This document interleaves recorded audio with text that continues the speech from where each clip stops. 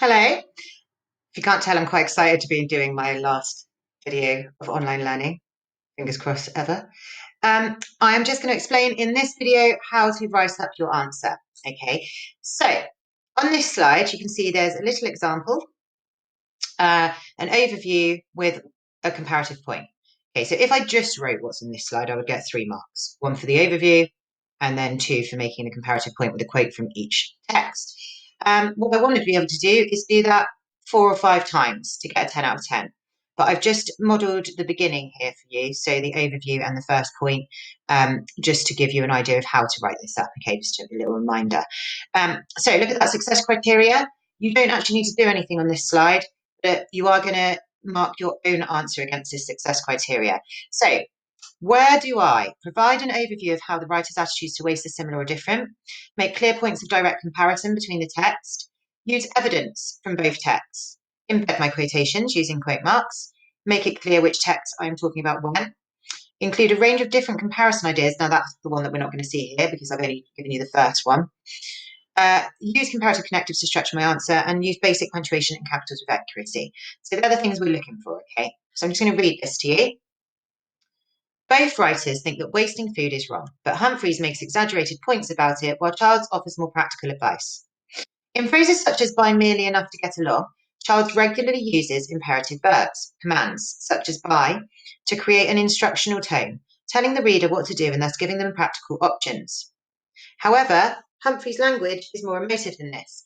He states that we live in a world in which we waste food while Ethiopian children starve, which might make the reader feel guilty and ashamed of their own attitudes, prompting them to act. So, overview number 1. Both writers think that wasting food is wrong, but Humphreys makes more exaggerated points about it, while Childs offers more practical advice. One complex sentence. How are they similar? How are they different? Look at the structure. Both writers think, but this one thinks that, well, this one thinks that. You're making a comparison, but showing that it's not quite that straightforward at the same time. Then you should notice that I think, I've just used one complex sentence for the point from each text with a comparative connective in the middle there. So, first one, child, lead with the writer's name. Oh, sorry. Always make sure that you include the writer's name. Sorry, that's what I meant to say there. So either you could start your sentence with the writer's name, or in phrases such as buy merely enough to get along, child regularly uses.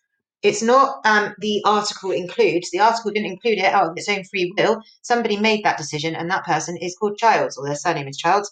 So keep mentioning them, keep focusing on what the writer did. So in phrases such as, that's a tracking phrase, buy merely enough to get along, quotation, Child regularly uses imperative verbs.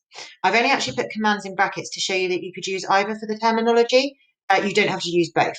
So child regularly uses imperative verbs such as buy, or child regularly uses commands such as buy. You're analysing language in both counts. To create an instructional tone, comment on tone. What tone is created by the reader? How? And then what's the effect of that? Telling the reader what to do and thus giving them practical options. So actual things that they can go out there and do. However, number 7, my comparative connective. However, Humphrey's language is more emotive than this. He states that we live in a world in which we waste food while Ethiopian children starve. So Humphrey, I'm leading with the writer again. Humphrey's language is more emotive. That's the technique.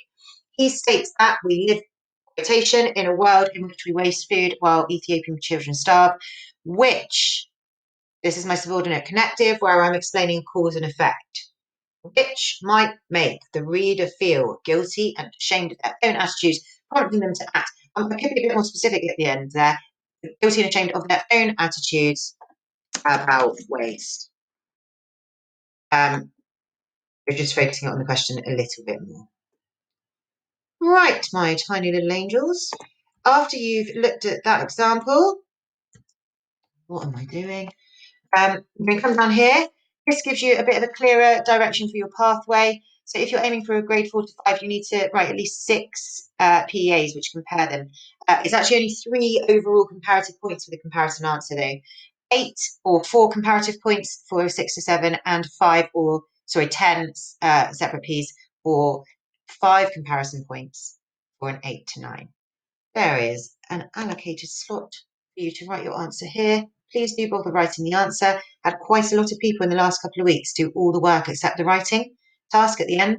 The writing task is the bit that shows me how you're doing. It puts all of the work together, all right? So please do make sure you do it. And then please also make sure you self-assess. So you can highlight on this self-assessment grid or numbers. They're the same ones I went through on slide 18. And you're going to highlight the ones that are true about your answer.